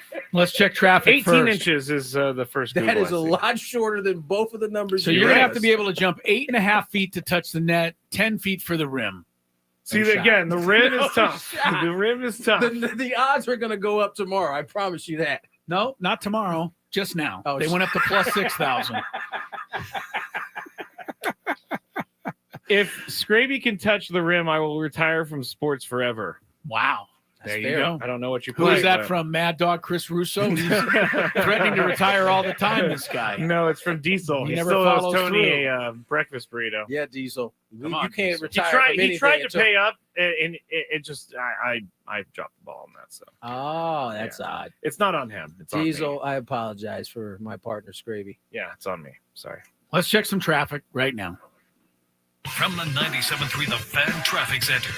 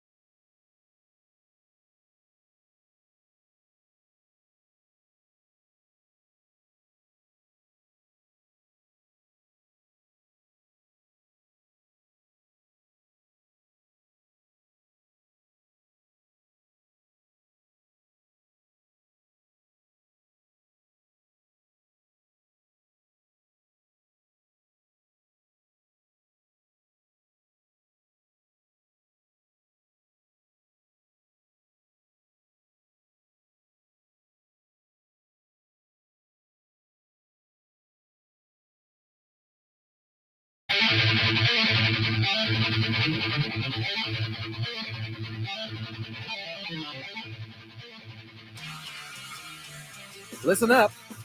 Stay tuned and listen to hear your name called at 4:15 in our biggest fan contest for your chance to win it. A night in the Odyssey Suite with friends, family, and of course, the 97.3 hosts. We promise this time we're going to get you at 4:15. I know we've been a little late to the party last couple of days, but we're going to keep an eye on that clock. I got an alarm. Got an alarm. Skraby's got his alarm set. Yep. And I don't know if it's a liar like Skraby is with the whole 8 feet natural ceilings that he just he talked jumped about. right back into it. My man, I gotta tell you, my man Skraby is worried about this. And in between the break, he went outside and located something he felt was. He just assumed it was 9 feet. No, high. I asked Tony how high he thought. He thought it was around 9 feet. I said 8.5, 9 feet. And I gotta admit, he got to it pretty easy. Easy. I didn't even take a run up. I just jumped. The unfortunate part is the rim still remains at 10 feet. Yes, that's the part. The problem. That's the problem. So you're thinking that he can hit the net now? I'm thinking Tony. he can hit the net. I think he can hit the Just net. watch this jump. Skraby, as I was a little suspicious of yesterday, is a little more athletic than I think I'm giving him credit for. Thank you. That's all I want. So he might be a net hanger, not a rim hanger, a net hanger. a net hanger. He's just running up to the net, slapping it as hard as he can. I'm gonna train for this tonight. But we're gonna make sure you don't have too long to train. I want to make sure that this. I'm gonna start wearing moon shoes. I give like you I said. forever to train. You can do this whenever you like. If I grab the rim, Chris, Wait, You're now not we're going talking to. about grabbing it, not just touching it. You're gonna actually put your fingers around it. No. If I don't think touch, for the record, I don't think you can do either. But I'm just saying. Shohei Ohtani wins the AL MVP. No. If I touch the rim, Chris, Yeah. will you never eat your crackers in the studio again? Oh. No. I will retire from radio. Well, you shouldn't say that, Chris. Because, what if I actually do? You're not going to. You're not going to. You're not going to. Take that back, Chris, because I'm going to now. You're not going to. You can do it a year from today. You can have a whole year to train. You won't make it. This is a bet he does not want to make. This is. I don't know why you're so confident right now. I'm not as confident about the rim, but stop it. That's where the conversation stops. But when Chris tells me that it's gonna, I'm not. I give you a year. You're just gonna be that motivated to go grab the rim. I don't think physics is gonna allow for you to get that high. I've been eating well lately. I've lost a couple lbs. A little bit lighter on my feet. I just love the fact that Shohei, where everybody has had family, wives, girlfriends, Shohei and his dog are taking it all in right now. Cute dog. Has won back-to-back MVPs? No, Judge Arson won it last year, right? Yes, Arson. Yeah. How many is this for Shohei? 2? 2, right? Wow. Wait, did he win an MVP? I'm looking just to make sure. We know he won Cy Young. I don't know if he won an MVP. I don't think he won Cy Young. Aaron Judge did win last year's. Oh, it was the year before that. 2021 was yes. Ohtani. Yes, that's right. He had the ridiculous. That was the coming out party of the two-way star. Did he have 60 home runs that season? 60? No, not 60. That was Aaron Judge. I'm just saying things at this point. Yeah, like I thought he had 8 feet ceilings. 9 feet tall, 9 feet tall exit signs. I am gonna go get a measuring tape from the engineers. Go get it right now. We gotta get to break. Big 5 on the way. The biggest fan contest is back.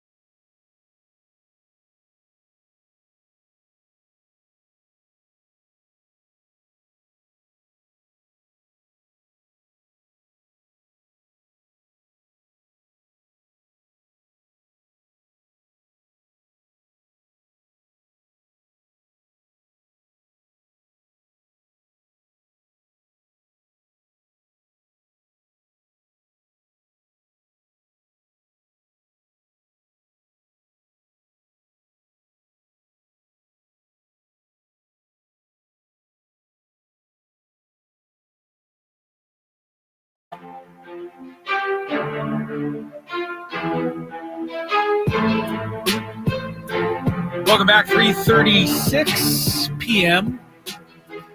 on a Thursday. About an hour to go before we send it out to Baltimore for the Cincinnati-Baltimore Thursday night football game. Right here on 97.3 The Fan. Chris Ello, Tony Gwynn Jr., Matt Skraby, Shohei Ohtani has won his second American League Most Valuable Player award. They will be announcing the National League winner here soon. Finalists: Ronald Acuna Jr., Atlanta Braves; Mookie Betts, Los Angeles Dodgers; Freddie Freeman, Los Angeles Dodgers. Tony, I think Acuna's going to win. Who would you pick between Betts and Freeman for second place? That's a good question. Okay.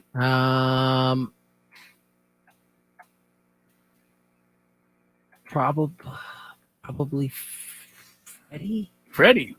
All right. We'll see. They'll No, announce it's probably Mookie. Probably Mookie. Yeah. Who finished second to Ohtani in the American League? Did we see that yet? Did we see that? No, let me Skraby? see what Barry Bloom did. What did Boomski vote for? He didn't get the vote for that because I know. you can only vote for one award. I know. Don't get too crazy, Chris. Corey Seager finished second. Marcus Semien was third. There you go. In the American League balloting. Ohtani got all 30 Yeah, first he was place unanimous. votes. Unanimous. 29 years old. Twice MVPs. Not won a Cy Young Award yet. I say yet. It's going to be hard for him to win a Cy Young Award. He's not going to be pitching at least for 2 more years. Yeah. Tommy John surgery. But doesn't seem like that's going to hold anybody back from spending through the roof to get him in free agency, right, Tony? I mean, we Ohtani? thought that would be No. like a really expensive injury. Nobody's talking like they're going to be giving any discounts out.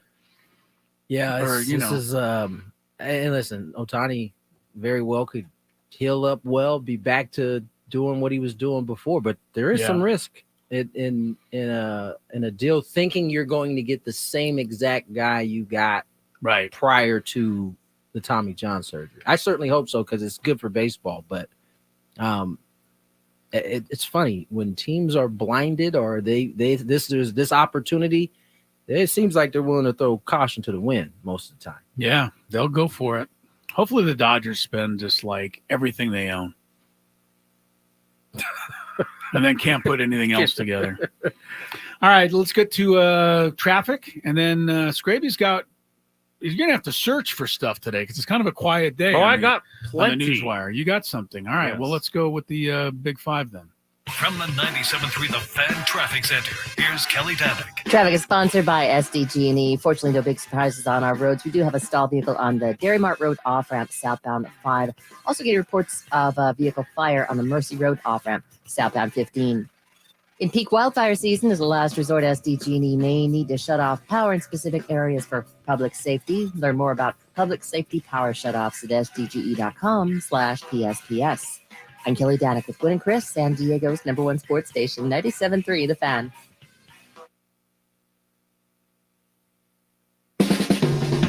It's that time of the show when we check on the latest in sports. Only the most important topics and questions are brought to light. Stop what you're doing and listen. These news stories will astound and amaze you. The one, the only, Oh my God, who the hell cares? the Big Five starts now on 97.3 The Fan.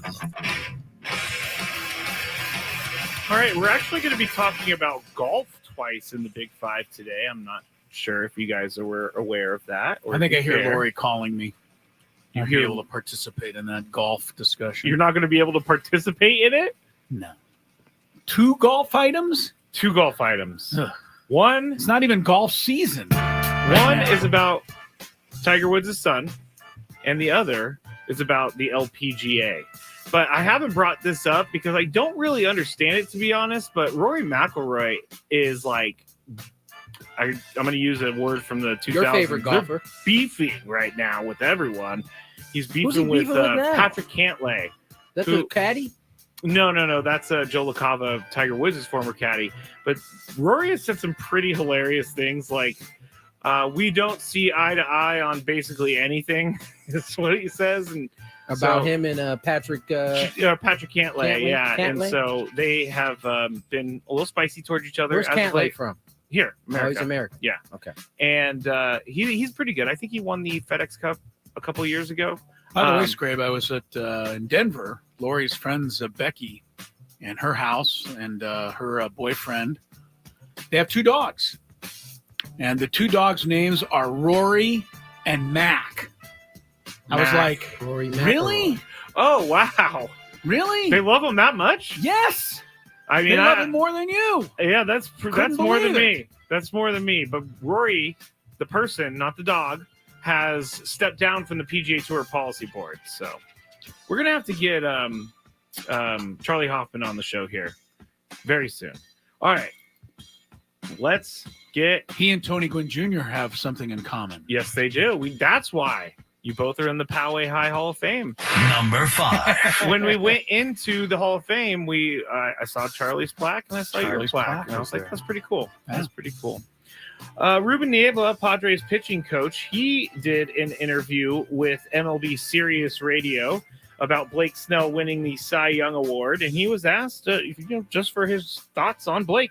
The first thing that comes to mind is obviously the dominance. I think that's what everybody talks about, is how dominant he was through the course of the year, and actually at the the last 20 some starts where he was just as dominant as we've seen in the history of baseball.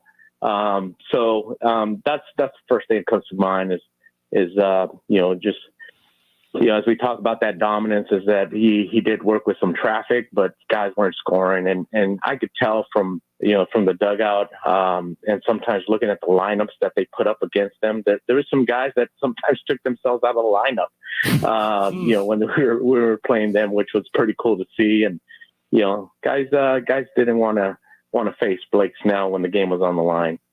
I like that quote. Guys didn't want to face Guys didn't want to face Blake Snell when the game was on the line. So, Tony, you're up first today. How much credit does a pitching coach get when their pitcher wins a Cy Young?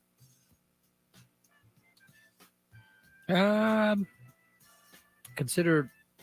I mean, listen. First of all, Ruben Niebla is one of the best in the biz, but I don't know that they get that much credit. I mean, Blake Snell had already won one Cy Young prior to coming here. True. A different pitching coach. But I have no doubt that Blake would tell you that Ruben was a huge help getting him back to that level. In terms of how much credit they get, I don't know that they get that much. Maybe they should get a little bit more. But ultimately, it's the individual going on the bump and executing pitches. That is what actually earns the award. So credit is due to Blake Snell, but certainly Ruben had a helping hand in it for sure. Chris, how much credit does a pitching coach get when their pitcher wins the Cy Young? They should get some. They don't get any. Who was Randy Johnson's pitching coach with the Mariners and the Diamondbacks? Who was Roger Clemens' pitching coach with the Red Sox? Who was Pedro or Greg Maddux? Nobody knows. You're not allowing me to answer these names, Chris. You have no answers. Stop it. Randy Fireball. Yeah, exactly. I'm just saying, I think they should get some, but they don't get any. So, congrats to Ruben Niebla for a job well done, but, He's not asking for credit, by the way. I'm just I didn't say it was. Yeah, I know. I'm answering your question. Number 4. NFL reporter Carissa Thompson works for Fox Sports and Thursday Night Football on Prime, and sometimes doing the sideline reports. I've never heard her say this before, but she was on Pardon My Take, the podcast, and said this about her reporting. And I've said this before, so I haven't been fired for saying it, but I'll say it again. I would make up the report sometimes because A, the coach wouldn't come out at halftime, or it was too late. And I was like, I didn't want to screw up the report. So I was like, I'm just going to make this up because first of all, no coach is going to get mad if I say, hey, we need to stop hurting ourselves. We need to be better on third down. We need to stop turning the ball over. The quarterback. We need, exactly. and do a better job of getting off the field. Like, they're not going to correct me on that. Right. So I'm like, it's fine. I'll just make up the report. All right, so admitting to making up the report. Chris, is this an issue for you? A little bit. First of all, I think a lot of the reports on the sideline sound like they're made up because they don't tell me anything, which is precisely why I don't even think they should have these things in the first place. But since they do, and you're down there and you're getting paid pretty well, I would think, as a network sideline person, do some work. Go talk to somebody. Tell me she said sometimes the coaches don't come out and talk to her. Well, then talk to a player. Give me a report on something. Lazy, Clarissa. Tony. Lazy Clarice. Clarice. Tony, is this an issue for you? No. You know why? Why? Because I don't know when the last halftime. I think I watched the halftime report like it's right. Super Bowl, maybe. Like I'm usually turning to another game at that point. Fast forward. Or if I have the red zone on, they're not keeping it there for halftime. So I probably only see the halftime, the halftime report, or when they come out to start the second half. I probably see it during the playoffs and the Super Bowl. So I'm not too concerned about it. Although I don't know that it's necessarily a good thing for you to admit that. Yeah, I don't know that's the best thing to admit. Because honestly. my It doesn't make first you look thing real is, good. now, whenever she says something, is she right. making Did it she up? actually go talk to somebody? Right, and that's why it's probably not a good idea to admit that. I believe she's going to face some I think she's going to repercussions from regret this. that. Yeah. And I think she's going to regret saying it because you're right. She lost all credibility, whatever credibility she might have had before. She got some pretty good gigs. I mean, she's the Sunday anchor for Fox, and she's the Thursday night anchor for Thursday Night Football. So, I mean, I don't want to see her get fired, but no, I didn't think you have to shouldn't fire her. I just don't think I'm going to believe her. Yeah. If I ever watch her. Going back to what Tony said, because I don't watch that halftime stuff either. The money from corporate support keeps pouring into the LPGA Tour. They announced a 2024 schedule with over $116 million in prize money and a record 10 regular tournaments offering at least $3 million. Also, ESPN said it has signed a 2-year agreement with the LPGA, which will provide featured group coverage on ESPN Plus at 8 tournaments. Plus, at least one tournament is going to see a $4 million winner purse, meaning they get all the $4 million and that's not the entire purse. So, Tony, why do you think women's sports keeps getting more and more support? I think because more and more people are attracted to it, or watching it, or going to see it than we've ever had, and at least in America. And so I also think that the streams of money are coming in different. It used to be TV was the only way you could really build revenue. But with so many platforms now, streaming services, there's just so many different ways to consume, and therefore so many different avenues for these leagues to create revenue. And I think this is it's a little bit of both. There's a lot more interest in women's sports in general, and I think there's a lot more avenues for women's sports to bring in revenue. And so I think it's a good thing. Chris, why do you think women's sports keeps getting more and more support? For all of the reasons that Tony said, plus the fact that more young ladies are playing sports than ever before by a mile.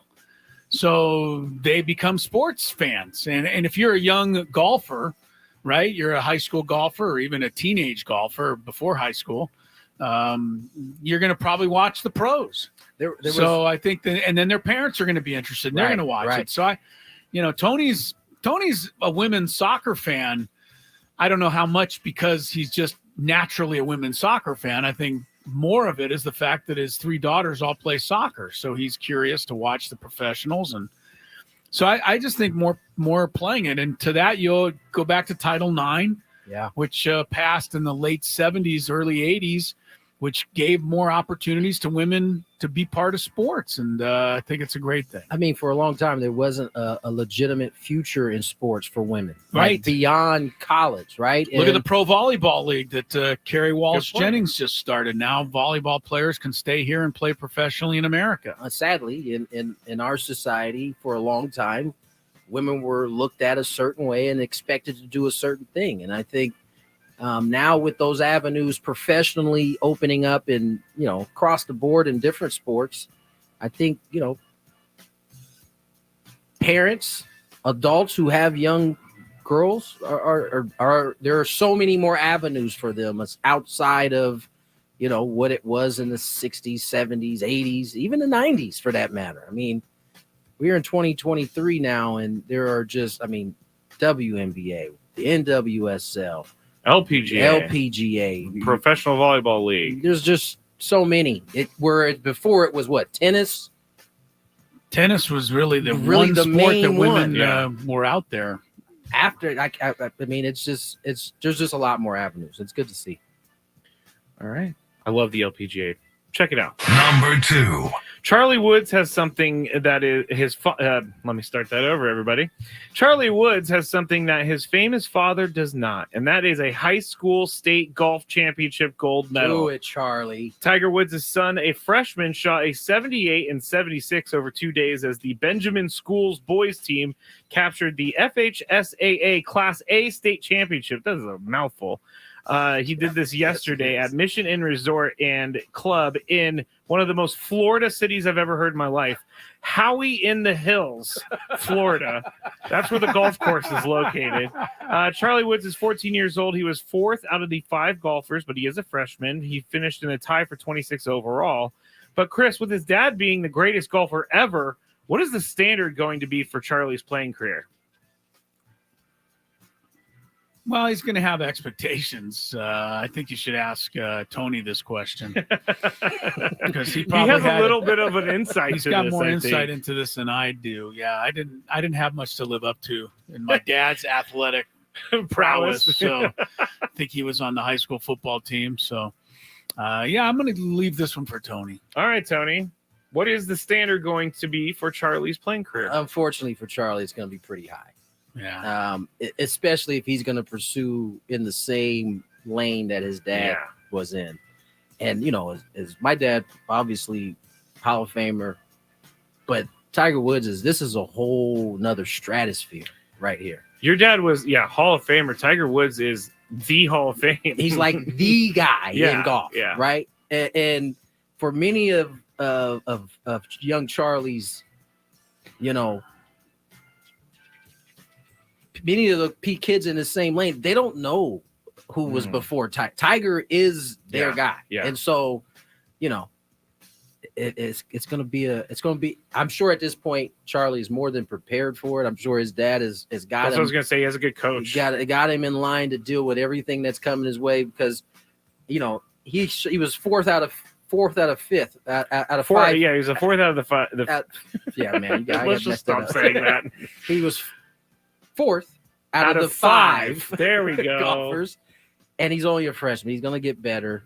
Yeah, he didn't shoot over 80. He shot a 78 and a 76 as a 14-year-old. I think that's pretty good. He's got a long road ahead of him, but the standard's going to be high. It's going to be very high. I would love to shoot a 78 once in my life. Don't even know what that's like. Me neither. All right, let's get to the final. Number 1. The Vegas Ronald Acuna Jr. is, I know I'm doing 2 different things. Ronald Acuna Jr. was just named the 2023 National League Most Valuable Player. So back to the Big 5. The Las Vegas Grand Prix, Formula One Grand Prix, is happening on Saturday night. If you want to watch it, it's going to be on TV, but you're going to have to start watching at 10 p.m. is when they're having this race, which is kind of crazy to me. Ronald Acuna Jr. also with 30 unanimous first place votes. Mookie Betts with 30 unanimous second place votes. So we just talked about that. Corbin Carroll. Poor Corbin Carroll gets no votes. He's on there. He is. So this race in Las Vegas this weekend starts at 10 p.m., but ticket prices are declining like crazy. The ticket prices are now dropping below $1,000. What day is it? It's on a Saturday? It's tomorrow night at 10 p.m. That's why they can do it at 10 p.m. Everybody's going to be out doing their thing in Vegas. And I think their main viewers are probably overseas, and so they're trying to get it in their windows. But 10 p.m. in Vegas, that's might as well be perfect. 7 o'clock. Anyway, would you guys go for $800? When knowing the ticket price is like $2,000? Now I'm going to need them to go down a little bit more. 500? A little bit more. Oh, wow. Chris? I told you, for $80, I'm not going. It's going to be too loud. I told you. Get off my lawn. It's going to be too loud. Wear some earplugs. It will be pretty cool. I've seen where it was set up. Yeah, it's in the downtown area. It's like Mario right by Kart. The Bellagio. It's pretty. It looks. I'm like going to watch this. I'm going to be pumped. Yeah, I won't watch it. Sorry. All right. Well, I will, and I'll report back to everyone. Sounds good, Skraby. Yeah. Okay. When we get back, Chris versus the fans, 833-288-0973 for your chance to qualify for a trip to Las Vegas.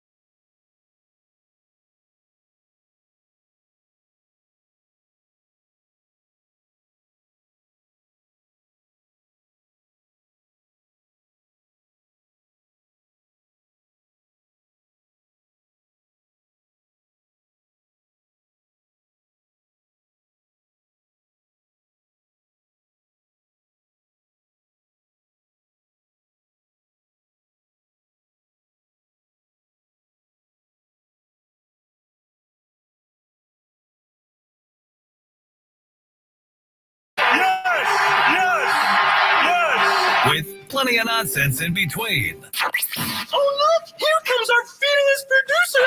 Gwynn and Chris starts right now on 97.3 The Fan.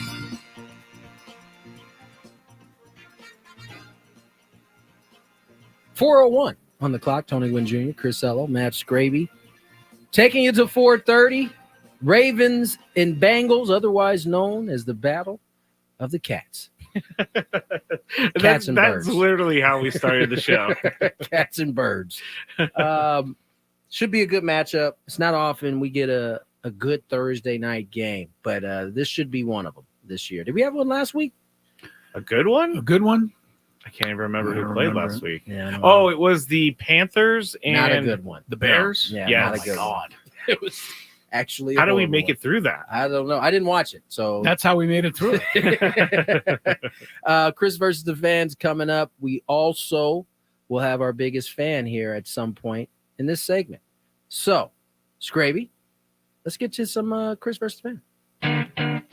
If you had one shot, one opportunity to take down the human almanac himself, howdy do. Now is your time. Listen to me, this guy is dangerous. Now is your opportunity to win a prize. Well, I hope you know what you're in for. Chris versus the fans starts now on 97.3 The Fan. You know, the one element we need on Chris versus the fans is callers. And when I sent us to this open, we had no callers. So 833-288-0973. If you haven't take it. If you want to, I think that should be a promo right there. If you want to have play a chance. like ad nauseum, why don't you play something new? If you want to have a chance to take down Chris Ello. By the way, I'm on there. I had one of those little episodes that we hear quite often. Have a chance to take down Chris Ello. Skraby, why don't you tell us? Yes, I will in just 1 second. You will be qualified for the grand prize. 2-night stay at Resorts World Las Vegas and 2 tickets to Luke Bryan. Country music superstar Luke Bryan has announced the final shows of his record-breaking Las Vegas headlining engagement at Resorts World Theater. 5-time Entertainer of the Year has fans on their feet in the high-energy electric performance that features only in Las Vegas production elements. Final show dates run December 29th through January 6th. Tickets on sale now at rwlasvegas.com. Also, this just came in the break. You will win a pair of tickets to the UCSD Navy basketball game this Saturday at Lion Tree Arena. Join the Tritons for Military Appreciation Day. Get tickets at ucsdtritons.com. So that's cool that the Navy basketball team's coming to San Diego to play here Saturday night. So yeah, that's good. We also carry Navy football here, so we're a very Navy friendly station here. Indeed. I don't know why. If we do say so ourselves. I don't know why I went in that direction, honestly. Do you want to give out the actual rules? You have to make it through 3 questions. Each question is going to get more difficult. If you get the question right, you move on. If you get it wrong, and Chris gets it right, you're eliminated. Well, all right. But if Chris gets it wrong, then you move on to the next question, or you win. And if you're a first time, let us know before the first question. You'll get that question for free. Now, to the game as I wait for the first contestant to enter my screen, and it is Gavin. Welcome to the show, Gavin. Happy Thursday to you. Happy Thursday to you guys. Chris, I got a quick question for you. Bengals getting 4 points tonight. What do you think? Bengals. He says Bengals. I like it too. We're going to run with it. All right, let's go. Wow. All right, here we go. First question. Chris, you're being pegged as I'm not quite sure why they're asking me. Well, because you're a smart guy. You are the encyclopedia of sports. Yes, but I'm not a gambling expert of any kind. That's okay. They still take your word. Yep. Here we go. First question. Oftentimes you hear the word MACtion. What does MAC stand for? Mid-American Conference. Wow. Are you a MACtion guy? I love MACtion. My mom bet on some MACtion last night. The Buffaloes get 7.5. She didn't win that bet, but that's okay. Love it. A gambling family. Let's get it. Great. My mom bet on Buffalo last night. Let's go. Second question. Cy Young Award winner Garrett Cole has played for 3 teams in his career. I need you to name all 3. Pittsburgh Pirates, Houston Astros. Oh, we got ourselves a player here. We got a player. All right, here we go. Who rolls through that? Question number 3. The first one is a good one. I'm sure it is. The great Ruben Niebla played minor league baseball from 1995 to 2000 and played with 2 different organizations. Name one of the 2 organizations he was with. Oh, Yeah, oof is correct. this is going to be a shot in the dark. We're going to go with, seems like a Seattle Mariner to me. That's hilarious because that's who I was going to guess. too. Really? And Really? there's 30 teams in baseball. I was going to guess the same thing. That's why he asked you for your bet. Exactly. but it's wrong. Stay there. Incorrect. Stay so there. now I can guess something else. Stay there, You guys. got 29 other guesses? Yeah, I got 29 other guesses, but that's pretty ironic because It I was is. going to say Seattle for some reason. I don't have the foggiest idea.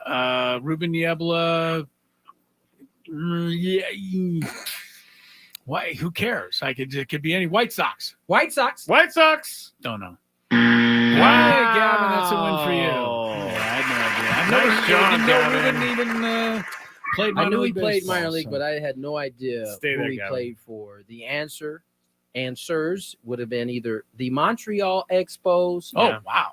or your favorite Los Angeles Dodgers. Yeah. Oh, I He was dismissed the Dodgers the quickly. Doyers. So when I was looking this up, I found those teams, obviously. But then he played independent. Independent isn't affiliated with any team. It wasn't at the time. No, and it's not affiliated. It's affiliated to Major League Baseball. But it's They not use affiliated it with as their testing ground, there we go. but it's not affiliated to any team. There we go. And so in independent ball, there are a bunch of different leagues. The league that Major League Baseball, I think, considers the best is out on the East Coast. Gosh, I can't remember. Oh, it's the Cape, not the Cape Cod League. Definitely not the Cape Cod. Because we Thought it was. No, that's college. Oh, the Atlantic. The Atlantic League. There you The go. Atlantic League. That is the. That's where they test all the rules changes. Correct. Yeah. Which Very didn't good, though. baseball decide that they were going to go down to the 18-second Speaking clock? of which, yes, that's why we have some time to kill since Gavin. Very good, Gavin. went Nice through that job. pretty Congratulations. Yeah. Hang on the line, Gavin. By the way, Skraby will get you at the end of this segment.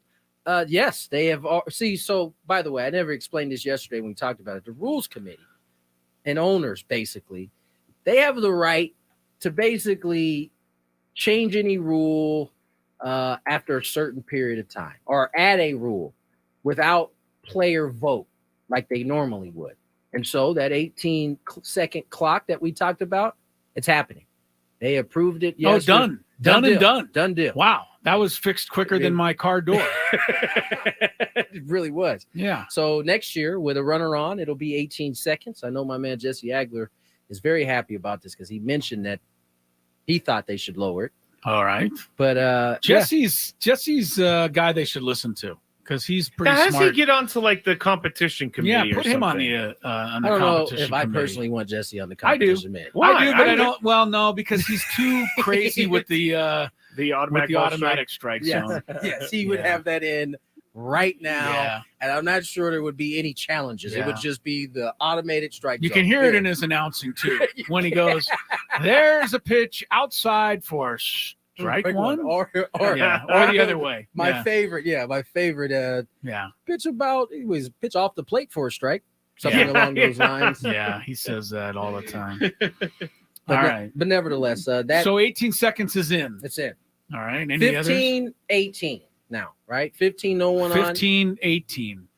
Okay. Well, Okay. I guess those, just I keep guess- lowering it and lowering it. I mean, so each game next year, instead of being 2 hours and 44 minutes, might be 2:43, and we'll get out of that ballpark 1 minute earlier. Just a Thank little goodness bit for that. earlier. Hey, I want to ask you guys though, before we go to break, that we started the show talking about Eric Kutsenda. He's going to serve as the Padres point person following Peter Seidler's death. Word. And my questions to you guys are just, what does does that that mean mean? for the franchise going forward? Is he the guy who's making all the decisions? Is he the guy who's going to be hiring the manager? I know that they said in the article from Kevin Acee, he is not the long-term person that is tabbed for it right now, but in the short term, he's the guy. I honestly, I don't know the answer to that. I know that Eric Kutsenda was like Peter's trusted guy, Okay. and so he's the point person. What that actually means, I'm not exactly sure. According to the article that Jeff Sanders wrote, Cassenda's it was Jeff Sanders. Sorry. Yeah, ascension. First reported Thursday by The Athletic, arrives as MLB concludes its owner meetings. Cassenda rose to prominence in Padres circle late in the baseball season, standing in for Sider. So he kind of has been doing this since Peter's health started to deteriorate. So what that exactly means, I'm not sure at this point. All right, it just sounds like we're going to need to wait a little bit longer. Yeah, I don't have any more information than what Tony just said, obviously. So I don't know.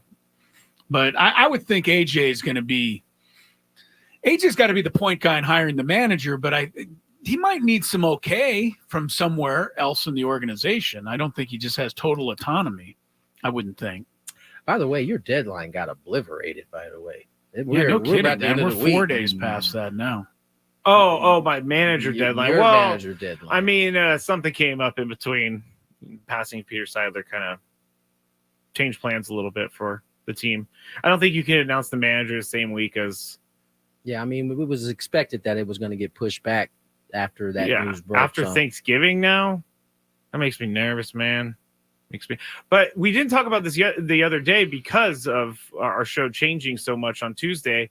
There was an Instagram post put out by Benji Gill that showed him golfing and with LFGSD hashtag on it.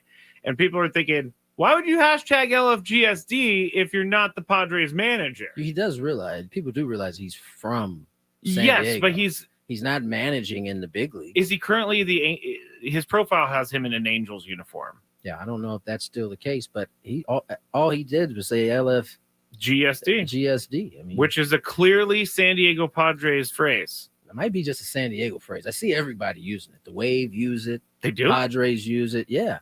Well, then Jorge Alfaro needs to get some. He needs to get some royalties for this. Everybody's using it. Skraby looking out for Jorge Alfaro. Well, I mean, he's the one who came up with it. He was.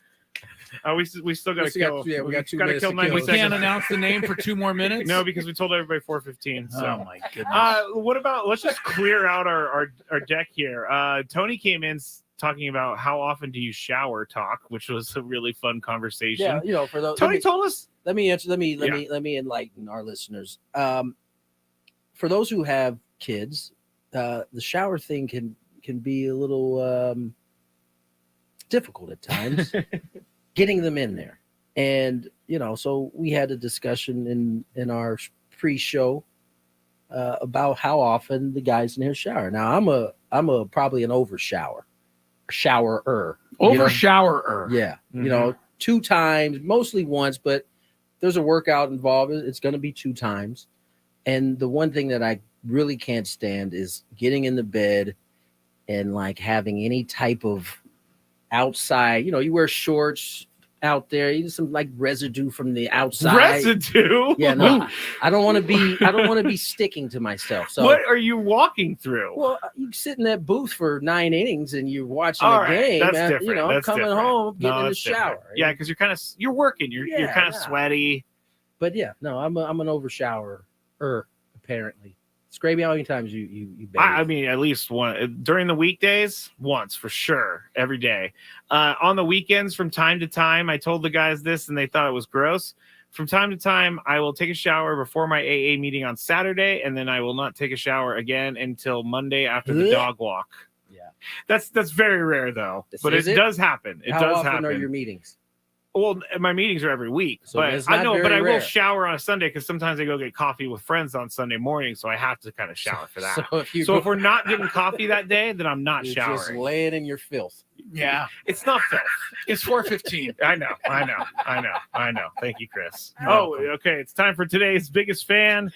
Today's biggest fan is James Taft of Santee. Give us a call at 833-288-0973 within the next 10 minutes to register for our grand prize. 20 tickets to a 2024 Padres game in the Odyssey Suite to watch a Padres game with your friends and all of the fans hosts. If you want a chance to have your name called register for our grand prize visiting 973thefansd.com/biggest fan today. Again, James Taft of Santee. Your 10 minutes starts now. 833-288-0973. To break we go. From the 97.3 The Fan Traffic Center, here's Kelly Danick. We are seeing the usual slowing in the usual spots, but nothing major slowing you down any more than that, except southbound side of the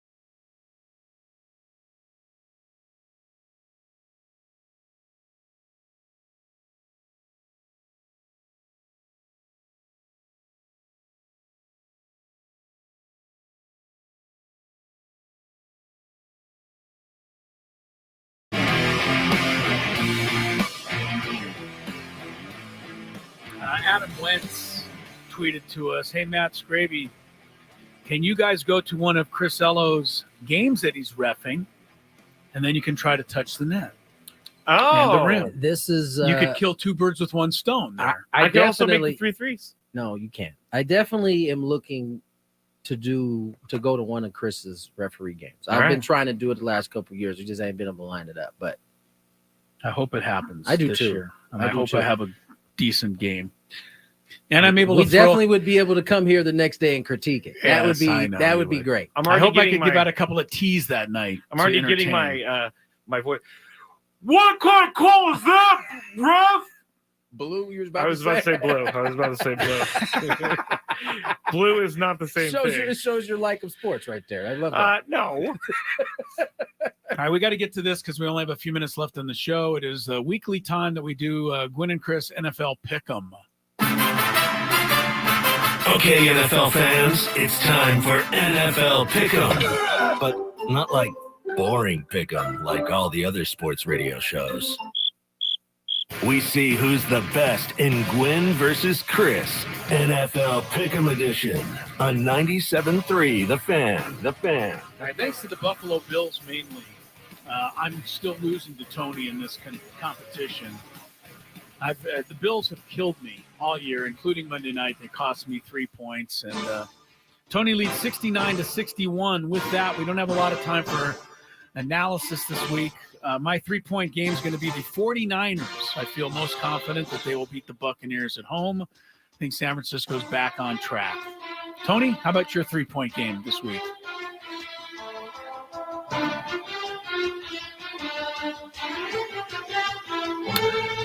Dallas over Carolina on the road.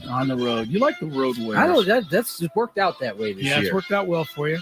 Miami is a 13.5-point favorite over the Raiders. I don't know that I necessarily see that. But I'll take Miami to win the game. I don't know if they can win by that much. How about you, Tony? Are they at home? They're at home, but the Raiders looked a whole lot better without Josh McDaniels. Your guy. My guy. Your 2-point game. My 2-point game. How about we go with, we'll go to Detroit. Detroit over Chicago. Home team. I'll take Washington for 1 point. I don't normally like the Commanders. They're very inconsistent. But the Giants, I can't even see how they can get a first down with that ball club. So I'll go that way. Pretty bad. Yeah. We'll go with Jacksonville as my 1 pick. Jacksonville for 1. Jacksonville's home to Tennessee. All right, time for our upset pick. Team has to win straight up. If they do, we get the points that the team is underdog by. I gave a little preview of this to Gavin, but I think the Bengals win straight up tonight. It's not 4 points when I put this together. It's 3.5. So I'll only get 3 if the Bengals win, but I think they have to win tonight. So I'll take them, and I'm going to predict who you're going to take for your upset pick. I won't say it, but I have already predicted it, but I'll let you know if I'm right. Who you picking? Taking Arizona. That's who I predicted. I know you love Kyler Murray, and plus they get 5 points if they beat Houston straight up. Yeah, I'm not believing in the Texans just yet. Yeah, really? I need. This is just no. Too This early. is a believe game. Yeah, because they come off a big win over the Bengals. Can they do it again? It's the Cardinals. I am, but the Cardinals are a lot different. They're with Kyler way Murray. different with Come Kyler on. Murray. That's a whole different deal. Yeah, I had a feeling you're going to go Cardinals. I almost went Cardinals, but I'm going to go with the Bengals in the matchup of the Cats. Oh, yeah. All right, the show has come full circle. That's how we It began really things has. today with Tony saying it was a matchup of Cats tonight. It is indeed the Bengals and the Ravens, which obviously is not a cat. Tomorrow, Chris will not be here. So you guys will be left We'll hold to it frolic. down for you, buddy. You guys will have to hold it down tomorrow. I believe Marcus McNeil will be on to talk some NFL football, Yeah. among other fun stuff. And I think for your countdown, you can do what you want. Obviously, it's your show. But I think you should give Tony a chance to count down his top 5 movie characters. Yeah, definitely. Since we did that last week when he wasn't here. I think I'm going to go through my top 5 horror movie characters. But I think you should let Tony do that. But that's just a thought I have for tomorrow's show. No, it's good. I like that a lot. Good. All right, so reconvene tomorrow at 2:00. Everybody have a good Thursday evening. Enjoy the football. Enjoy whatever it is you're doing. Be safe. Be nice to one another. And we'll see you soon on Gwynn and Chris.